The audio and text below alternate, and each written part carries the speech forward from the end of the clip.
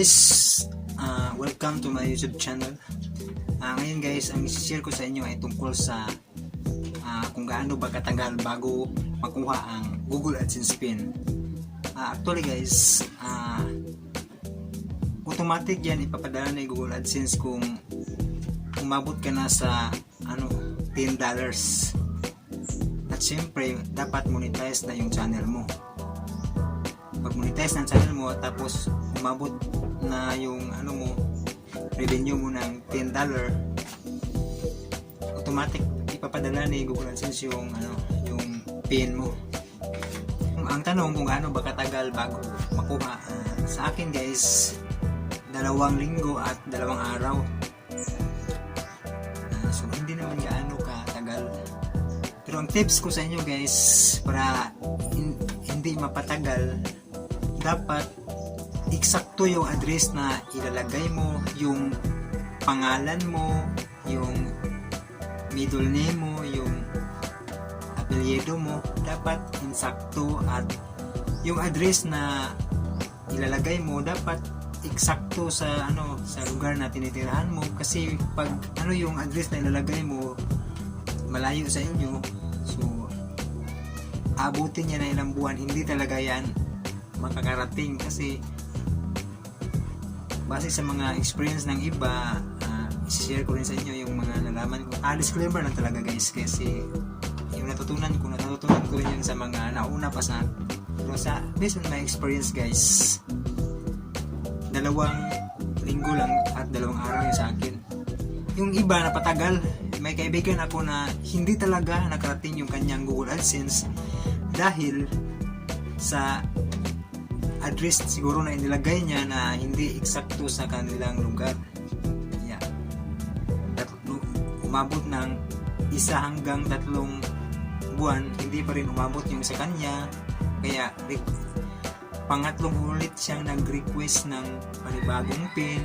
So ganun pa rin. Kaya yung ginawa niya, para makuha yung kanyang unang sweldo, may second choice. Yung hinihingi ni Google AdSense yung yung valid ID mo. Yun yung mga share ng iba na bagong tips daw, pero hindi ko pa yun alam kasi hindi ko yun naranasan.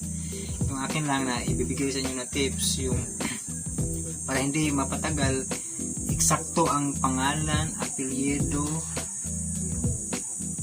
middle name, ganyan, yung address, kung saan kayo nakatira, kompleto talaga yung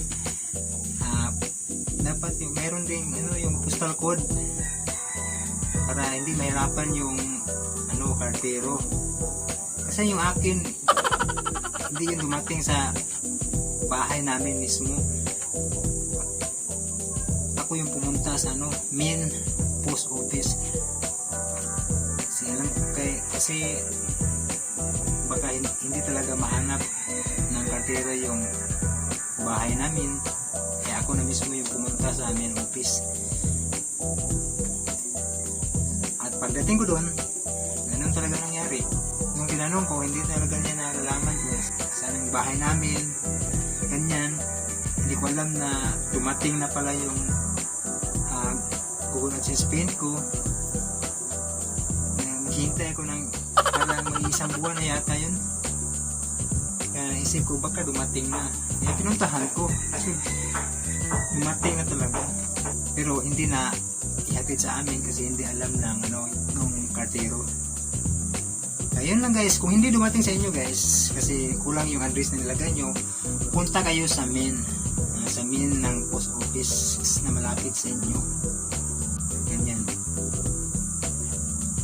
Sobrang init guys kasi hindi ko sa ang bahay namin. Pinapawisan talaga guys kasi is tanghali ngayon guys. Yun lang guys, ipakita ko sa inyo yung pagpunta ko sa sa post office. Mag time travel muna ako. Hey guys, welcome back sa ating YouTube channel. Ngayon guys, nandito ako sa pinakamalapit na post office namin guys.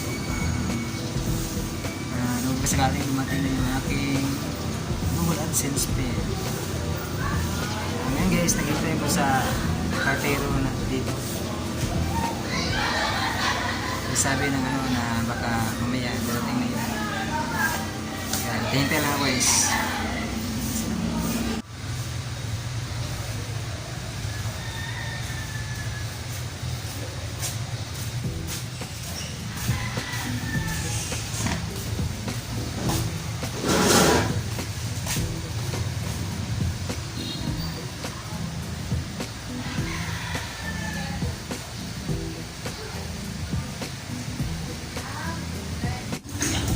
Sa iyo ah. Ay, ako papaspasan ko. Mulay ko sa'yo.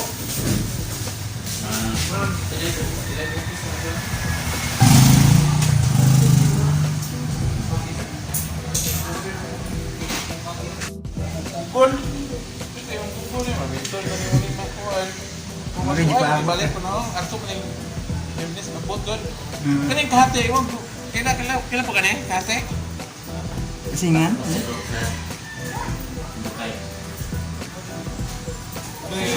Kahate. Kailan ka? ako pila na. Kailan? YouTuber siya na rin ako. Ha? Masing vlogger po na. Ng TV. Hey guys, nandito na ako ngayon sa post office guys. Dumating na yung gatero guys at dala Ilang yung nga? Google AdSense pin ko.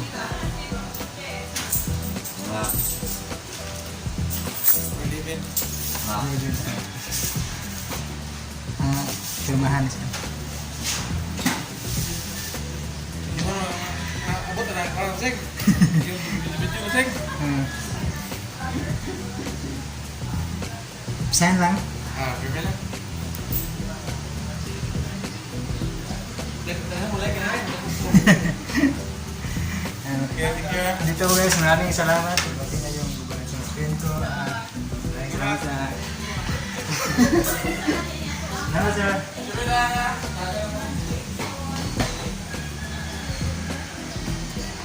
Bukas guys, nakuha ko na yung inintay ko na Google AdSense pin. Salamat ako sa katiro na ang bilis na dumating. Pauwi na ako ngayon guys.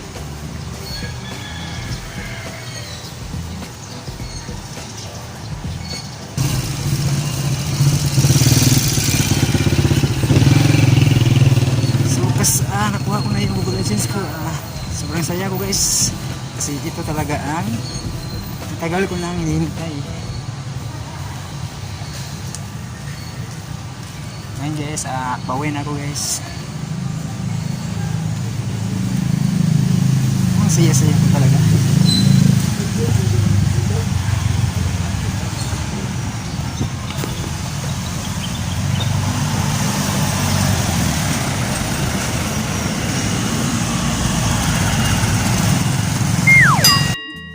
So yun guys, nakuha ko na yung Google AdSense pin ko.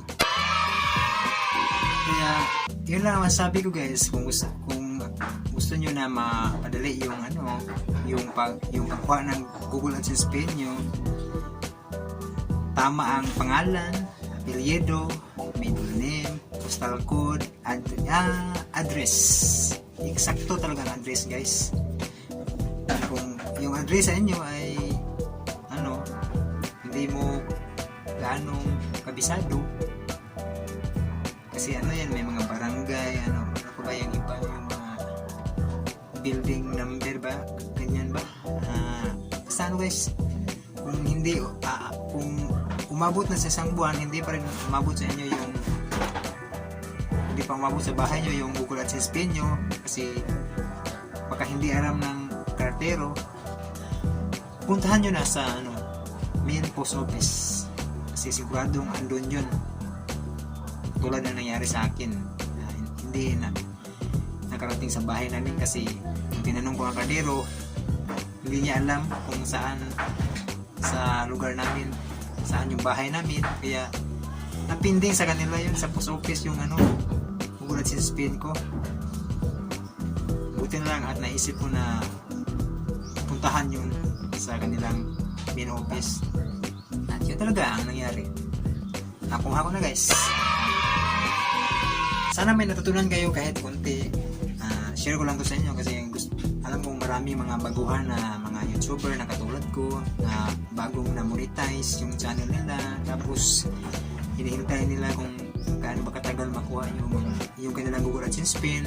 Kaya based on my experience guys, ito para may kunti kayong malalaman, mga tips na ganyan, at hindi kayo mahirapan.